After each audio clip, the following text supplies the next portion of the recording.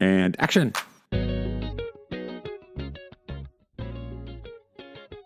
Welcome to the Daydreaming Podcast. I would like to thank you so much for joining us on our very first episode. Today, I would like to introduce to you the first of many stories about the pupils of W&W. Something tells me there's going to be some magic in the air today. Hope you enjoy.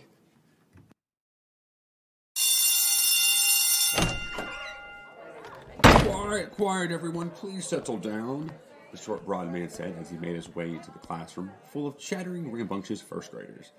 I know everyone's very excited for their first day. Let me introduce myself. I am Professor Fonnegan, and I have the pleasure of teaching your first class here at W&W. I know there's a lot of excitement in the air, but I will assure you that is not the only thing that will be in the air today.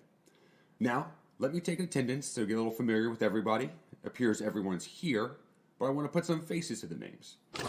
Professor Fonnegan reached into a drawer and pulled out a large piece of worn parchment. All right. Alexandria Antoni, here. Barley Buttons, here. Charles Champagne, here. One by one, Professor Fonnegan read through the class roll call. The replies to each name were a mix between overly excited and shy and nervous, but that was understandable. This was the students' first class on their first day at the W&W School of Excellence. To the outside world, the two W's in W&W stood for wise and well, or wholesome, maybe wacky. No one really agreed on what the outside world called the school. But for those who attended W&W, it stood for one thing: witches and wizards. Audrey Malcolm, here. It looked no different than any other school in the big city. A big, square brick building, its main entrance towards 6th Street, about a mile away from City Hall. But I assure you, it was quite different. Theodore Mantoni, here. But everyone calls me Theo, though. He was only called Theodore when he was in trouble with his parents. Very well then, Theo. I will make a note on here. All right, there we go. Waverly Norton, here. Good job, Theo. Thanks, Trey, Theo replied. Theo and Audrey had been friends all through their childhood, with each of them being one of the very few magical families they knew in the city. They had other non-magical friends, don't get me wrong, but they actually never did or show any magic around them, or even talk about magic, especially since, well, they didn't know how to do magic, which is why their parents sent them to the W&W. All right, rush one here. Bethany Zandera, here. Very well then. I would like to welcome everybody to your first spells class. Now, get out your first year spells book and please turn to chapter 1. Levitation. Now, this might be a common one you've seen your parents do. Can anyone tell me what levitation means? The whole class raised their hands. You over there. Stand up, tell me your name, and define levitation for me. A boy in the front of the class stood up. Hi. My name is Christian. Levitation is when you make something float in the air. Without, uttered Professor Fonnegan. Oh yeah, without touching it. Very good. Well, as you might know, we need our wands for magic. Please pull those out. Hopefully everyone brought theirs today. But before we use them, let's practice the spell of levitation first. I believe it is on page 17. All right, repeat after me. Levo Aer. Levo Aer. The class repeated. All right, one more time, everyone. Louder, from your chest. Levo Aer. Levo Aer. Perfect. Now everyone can come to the front and grab a feather from the bucket. There we go. All right. Place your feather on your desks and place your wands in your right hands. As this is your first spell, I want everyone to show me how to do the wand flick. There's not an exact science to the flick, but you just want it to be a nice and control with a little flick at the end. Everyone, show me their flicks. All right, there you go. They're nice and controlled. No, there's not a baseball bat. Do not poke your friends, please. Please do not poke your wands at anyone. I can't believe we get to use our wands on our first day, Theo said to Audrey. I've been picking up sticks in the forest practicing my wand flick all summer, Dre replied. All right, here we go. On the count of 3, I want you to point your wand at your feather and repeat those important words. Levo Aer. Once again, class, Levo Aer. Very good. Count of 3. Your first spell. 1, 2, 3. Levo Aer. Levar, said Theo. Nothing happened. Levor? Repeated Theo. Keep trying. Levo Aer. Psst, Theo, did you hear that? It's Levo Aer, Audrey whispered. Theo looked over at her, but she wasn't looking at him. She was concentrating on her feather, which were floating about a foot off of her desk. Great job, Audrey.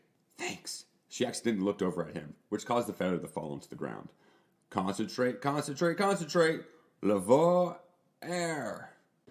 Concentrate, Theo exclaimed. Levo Aer. With slightly too much force, the feather shot up into the air and flew towards the ceiling, causing him to jolt back into his chair. It was quite unexpected. "Ah, Theo, is it?" asked Professor Flanagan. Theo nodded his head with a little bit of embarrassment. "Oh, there's no reason to fret, Theo. Class, Theo just showed us something very important. Magic will react to our emotions, how we say the spell. We just can't say it clearly. If we want the feather to rise slightly above your desk, we say the spell slightly and clearly. If you want it to put a hole in the ceiling, as young Theo just attempted, or lift something heavy, then you should shout it loudly. Everyone understand? Keep practicing." Theo retrieved his feather from the ground and continued practicing. The rest of the class went much better. Theo and Audrey were attempting different shapes with their feathers. Figure eights, loopy-loops, big loopy-loops, small loopy-loops. Remember, class, just because you know this trick doesn't mean you can make everything float in the air. The larger the item, the more complicated it gets. Do not try this on any large items, said Professor Flanagan. After school, walking home, the students were all abuzz. They could barely hold in their excitement. They all saw so much today, and it was only their first day. Levo Aer, one student pointed his finger, using it like a wand. "We can just make things levitate now. Anything we want," said Alexandria. "Well, not anything. We only used the feather," said Theo. "I don't know. The feather was so easy. I want to try something bigger," said Alexandria. "We aren't supposed to do magic outside the home and school," replied Audrey. "It will be fine. I'll just make something float real quick. What could go wrong?" "Did you not see what happened to my feather when I put too much effort into it? My feather almost went through the roof." "You two are just being so worried all the time," said Alexandria. "Watch this." Alexandria pointed her wand toward the trash can. Levo Aer, and the trash can rose effortlessly. After making a few tiny counterclockwise circles in the air, accompanied with some oohs and ahs from the fellow students behind her, Alexandria placed it down. "Alex, someone might see us," said Audrey sternly. But Alex didn't acknowledge Audrey. Her eyes were scanning the street, looking for her next target. Her eyes got wider as she found it. Levo Aer, and a parked blue car just rose from the road. Then she placed it down gently, quickly. "Alex, as I told you, it's not that hard." Just then, the bus that they were waiting on began to pull up. Audrey and Theo saw a look into Alexandria's eyes and only pointed to one thing. "Alex, don't do it. Don't do it, Alex." Glancing back at her audience and back at the bus, she couldn't help herself. "Levo Aer," she said, giving the spell an extra boost. Well, way too much boost. The bus leapt off the road like it had springs and flew into the air. As it descended towards the ground, the young wizards and witches were relieved to find they had safely landed in a large tree. "Oh, thank goodness." "Uh-oh," said a boy from the back. "I'm going to get expelled on my first day," exclaimed Alexandria. "I have to get them down." "Alex, you've done enough." But it was too late. "Levo Aer," Alex exulted. "No!" From the tree, the bus leapt through the air with even more After a flip in the air, the bus and its passengers landed safely. Well, kind of safely, on a high roof on the building next to them. Alex's eyes were wide open, and her mouth was agape as she saw what she had just done. Just then, a fire truck came sprinting down the road. When the crew exited the truck, they looked quite puzzled. "Someone said the city bus was caught in the trees?" "No, sir," replied Theo. "It's actually on the roof up there." The crew looked up and they were very amazed. How did it possibly get up there?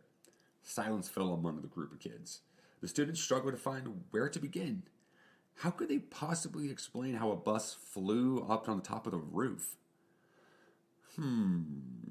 Said the captain.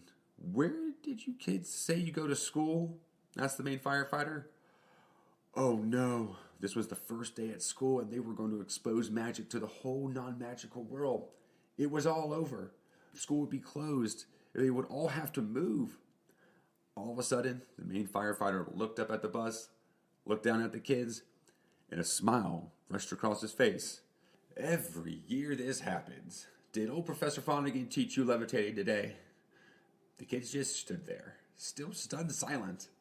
I remember my first day at W&W. Accidentally levitated a group of dogs into an open apartment window. That apartment, full of cats, who really did not like their new roommates. What a day that was. Turning away towards his team, who were all talking amongst themselves about the bus, whose passengers had happily exited the bus and were now yelling for help to come down. Gentlemen, day one at W&W.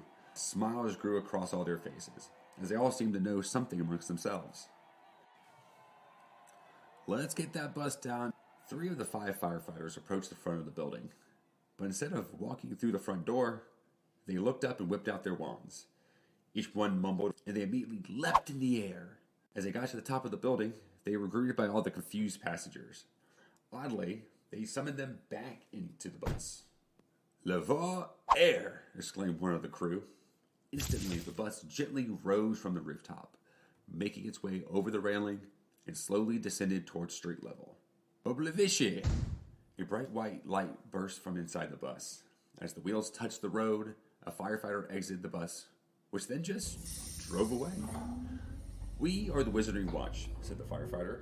Our job is to make sure little magical mishaps, such as throwing buses on roofs, aren't plastered all over the front paper.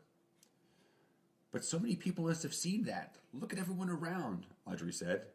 But as she said that, she noticed the rest of the world appeared to have stopped, like someone had pressed pause on the world. We made sure no one remembers this.